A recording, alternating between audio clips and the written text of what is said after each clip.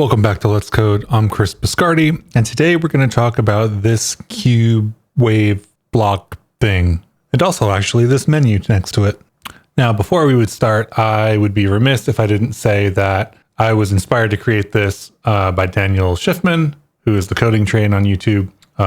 I did not actually watch this video. I just thought the effect looked cool, and then I decided to do it. It's based on a Bees and Bombs tweet here that you can see in the bottom right corner. Looks very similar to the thing I ended up with. That's because I was trying to achieve roughly this effect. And then, of course, if you are interested in the way that I come up with the things that I build on this channel, you can see that I tweet quite a bit out as I'm actually building them and as I'm figuring out the small pieces from when I get started through to when I actually get the ultimate conclusion. And if you want to see more of that, more of the process, you can follow me on Twitter, respond to the tweets. I'm happy to explain anything at any time. So back to our result. What we have here is about 255, I think. This is a 15 by 15 cube set, which gives us a number that I can definitely math in my head. 225. This is 225 cubes, which, okay, if I had just read the number, it was right there. This is 225 cubes in a 15 by 15 grid. And then the vertices, the top vertices for each of the cubes and the bottom vertices are all being modified by a vertex shader. And the colors here are being applied via a fragment shader. That part isn't so interesting. It's just kind of like picking colors. But the vertex shader is interesting. This is based on a sine wave in this case, which we could totally modify, and we will. And then this here on the left-hand side is actually Bevy Inspector eGUI, I think it's called. But this is the basic version of it. The like, hey, I don't want to do any work, just throw the plugin in version of it. And what it gives you is a bunch of inspectable entities and things like that and components that are on them unless you actually modify them. So if I was going to, I don't know which one this is. If this is, yeah, there we go. So I can just kind of move one of these cubes if I want to, which is really pretty cool. I can probably, move it a little closer to the camera. Now it's completely out of place and just sitting over here. And then there's also other things in here, like the lights that I have in the scene and the 3D camera. If I wanted to modify, apparently it doesn't want to scroll. If I wanted to modify the translation or the changing camera, I could move this around a little bit and say, hey, maybe I like it. Maybe I like it over here for some reason. Oh, you know what? I think I just realized that that's clipping the near plane of the camera. Okay, I was just doing some load testing on this, and I just figured out that this is probably clipping the near plane of the camera, and therefore that's why it looks like these weird triangles at the front there. That makes a lot of sense. Okay, well, we can also scale this up and down in many different ways, and we could also write these back out to our Rust code, which would persist those values. This, as it stands right now, is not persisted. When I close this out, it will go away. And I'm just going to restart that so it can play on the side while we talk about stuff, and we have the original version of it running. So what do we actually have here? We have a main.rs with a bunch of code in it, and then a vertex shader and a fragment shader. So let's start with the main.rs file. This is once again a Bevy app or a Bevy game. I put a nice bright kind of whitish, bluish color on the background. I set up the asset server settings to watch for changes. So if we change the shaders, things will display here, and we'll see that as we go through the shaders. We had the default plugins, the noise plugins, and we set up our custom material. We do the custom material a little bit more manually this time, so I'm going to go over that in a second. And then similar to our other explorations, we have the update time for custom material system, and the animate light direction system, and a setup system that sets everything up.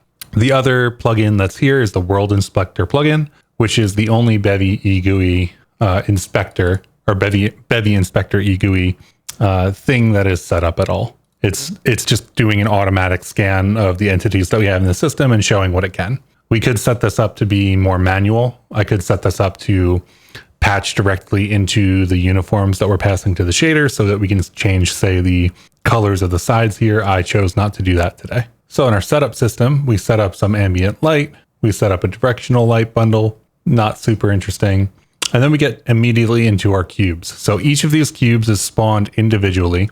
I define a cube size that is sort of less than 1 because I wanted them to be smaller, and that seems like a good way to do it. So the cube sizes are 0.2 units. I do the classic debugging technique that I have, which is I take the vertex attribute positions and I make colors out of them, and then I insert those as the vertex colors. Then we add the mesh to our meshes collection. We define the number of squares that we want here. In this case, it's 15 on one side. I do a quick calculation to get the half of that number. I chose odd numbers here, so I'm only doing this math for odd numbers to work. I don't know if it works for even numbers. I didn't check. I definitely made that assumption as I was building this. So if you change this number, you run the code later, it doesn't work with an even number for some reason, it's because I didn't think about it. So then we get to use the itertools Cartesian product, which lets us take two ranges, 0 to num squares, which in this case is 15, and pair that with 0 to num squares, which gives us, in this case, the x and the z coordinate for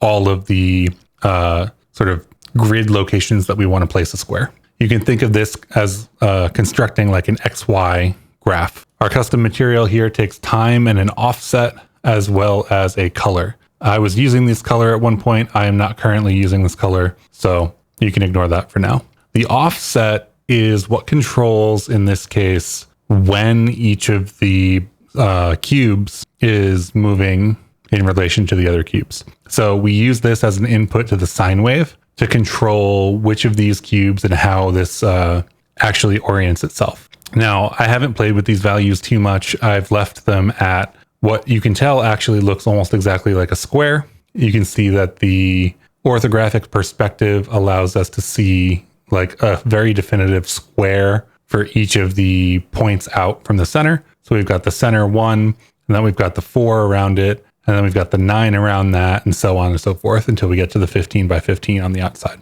We take that material and we insert it using a material mesh bundle. So we basically are cloning the handle to the mesh, not the actual mesh itself, but the handle to the mesh. We're saying that we're using that mesh and we're using our custom material handle for whatever cube this happens to be. It'll start at 0. I do a little bit of math here to offset them. So we take the cube size. If we ignore the cube size here, then it's just the X position minus half of the number of squares. So if we have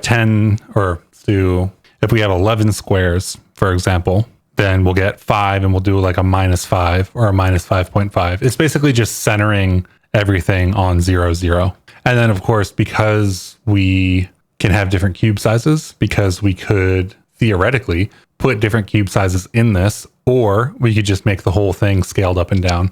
We have to multiply these by cube size because we're doing offset positions on this XY grid that we've created. So that's the X and the Z because we're orthographic, and then Y is vertical. I've included not Shadowcaster here pretty much for kicks right now. I'm thinking about doing a standard material here, or a standard material extension instead of a custom material, or in addition to a custom material, I should say. So that's why that's there, because I was thinking about the future.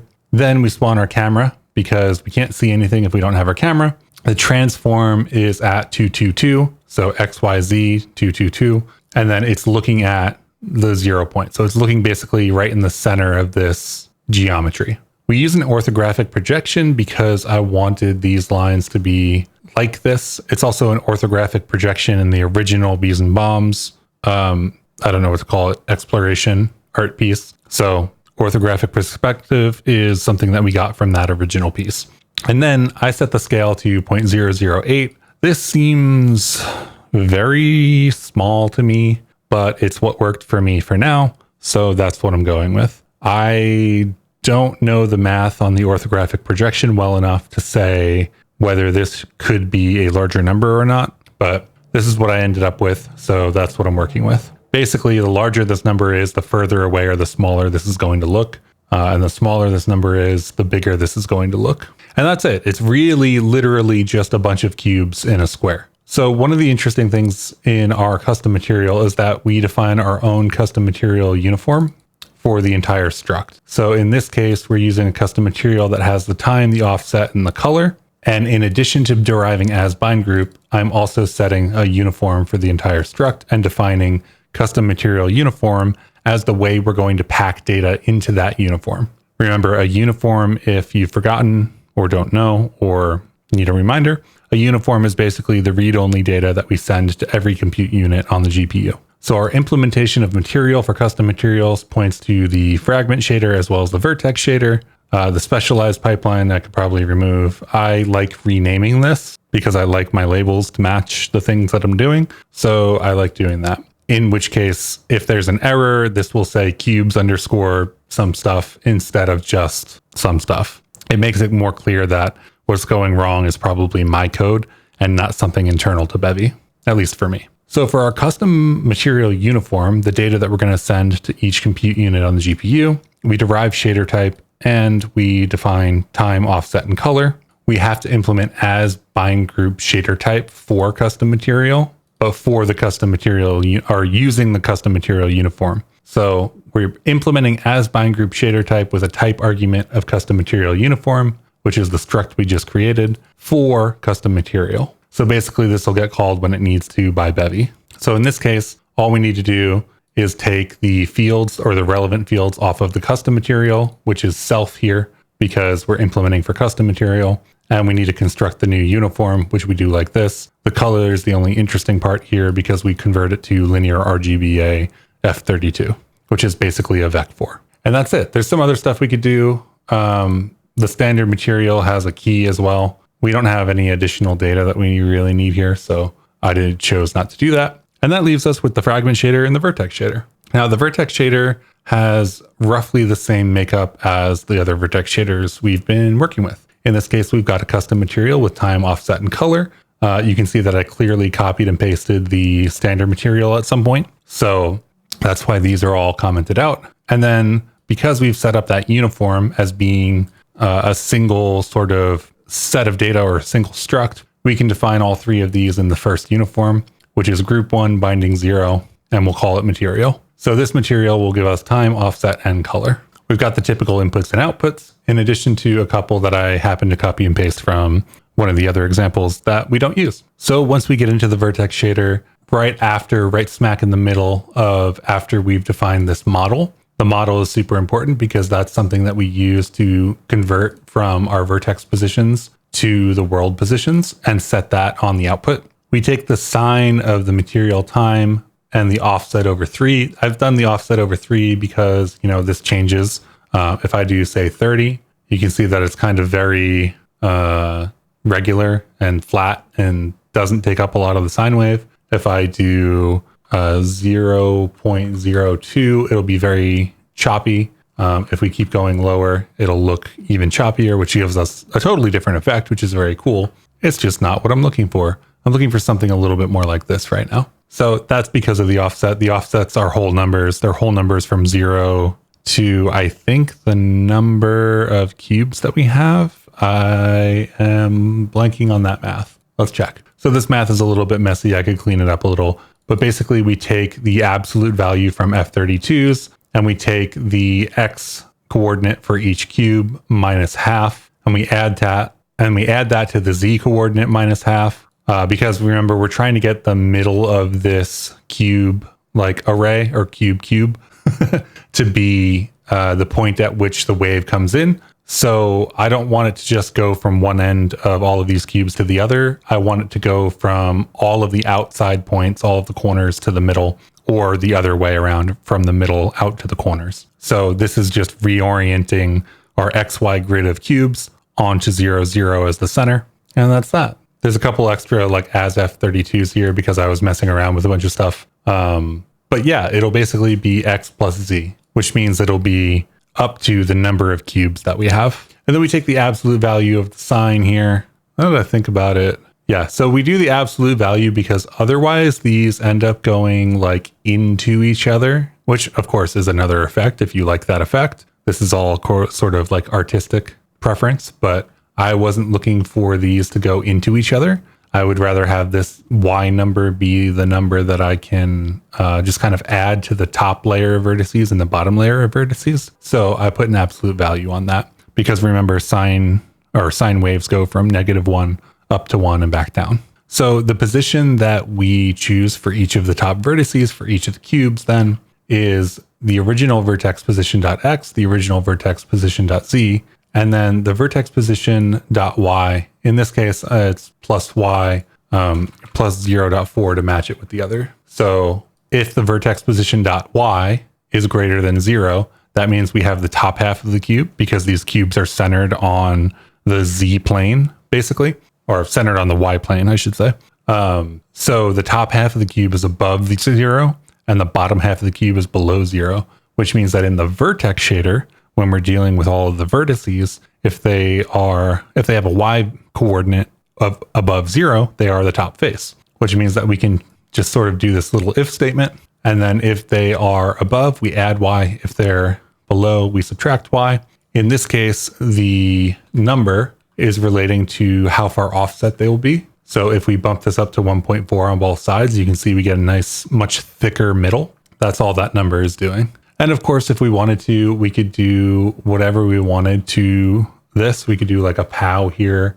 Let's do a POW 3, and that has a different effect, right? That has a more of a stark, like these are waves that come in and go out very quickly. This is very similar to the way that we were doing the candy canes, where if we modify the sine wave in different ways using power or multiplication, for example, if we multiply this by 2, then we get higher frequency, we get more or quicker, a higher frequency, we get a higher amplitude, we get either a quicker or a slower frequency, we get the changes in the sine wave go from -1 to 1 faster or more harshly if we use power, and things like that. So we can mess with the values of the sine wave however we want. I've chosen to basically just use a sine wave. And then we just use that position instead of the vertex position. So normally this would be vertex.position, and we would use this mesh position to mesh position local to world. We would pass in the model, we would pass in the vertex position, and then we would get out the effective world position based on this function. But for us, we're going to use the position we just calculated with the new y positions, which change the top and bottom vertices, but not the x and the z positions. So that's how we get our nice little animation there. If we go into the fragment shader, there's a bunch of code here. Not any of it matters to us, actually. So let's comment that out. And then we can look at this piece of code right here. This is the only if statement that's doing anything in the fragment shader.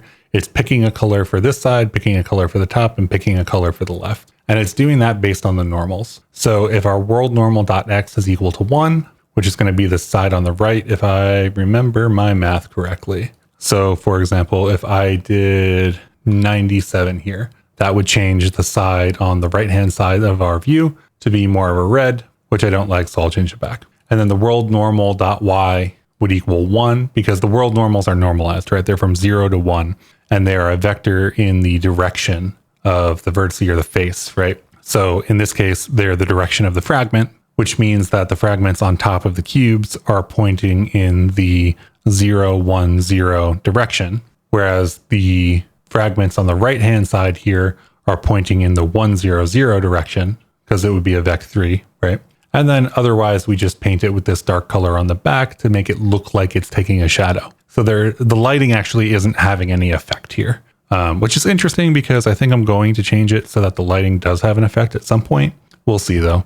I kind of like it without the shadows, but that's it. We're just choosing a couple of colors based on the world normal. So this is the direction the face is facing, basically. So all of the top faces have a color, all of the faces on the left have a color, and all the faces on the right have a color. And that's it. It's just a bunch of cubes. It's a vertex shader that's modifying the positions of the top half and the bottom half of the cube. And then we're picking colors for each of the sides.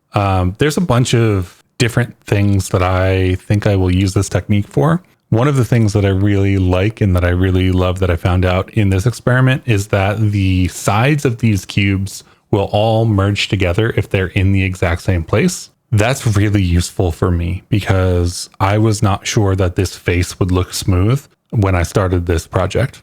But it does. So that's really cool, because we can now make it look like these are kind of like merging into the same face, the same wall. And yeah, I find this really cool. I actually don't think I have anything else that I want to say about this. The code, of course, is going to be in the description. If we change this to be a tangent instead of a sine wave, you can see that we get a significantly different effect. I think that the effect in the front here is, again, because of the orthographic camera being cut off. We'll see. I don't know. But yeah, you can get some really interesting effects by doing this. And the performance is pretty good, actually. I think that if we wanted to show that off, I've tested as high as like 55 here. So let's just run that again. And you can see just how much we can do when we offload all of this to the GPU, right? Because none of this is actually, or very little of this is running on the CPU. A lot of this is running on the GPU. All of the vertex pulling is happening on the GPU. All of the modifications of the places that the cubes exist in are happening on the GPU.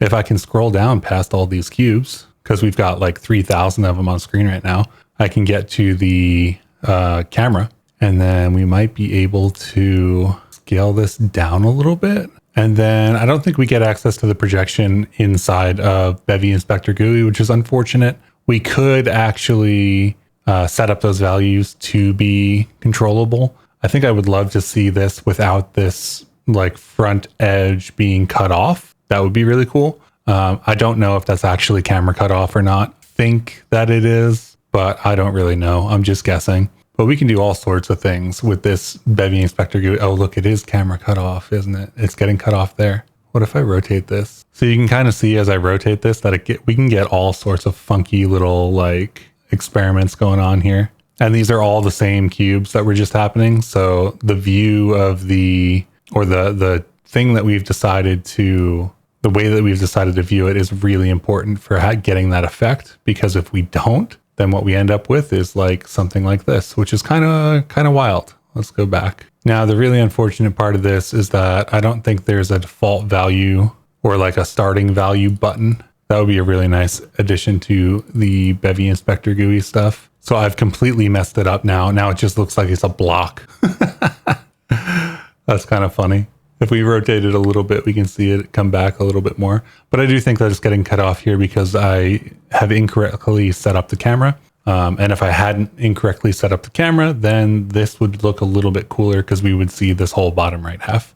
That's it. I hope you enjoyed it. And I will catch you in the next video. If you have any questions, leave them down below. The code will be below. The links to the tweets and the Daniel Schiffer video or the coding train video will be below. And then have a nice day. And I will see you in the next video.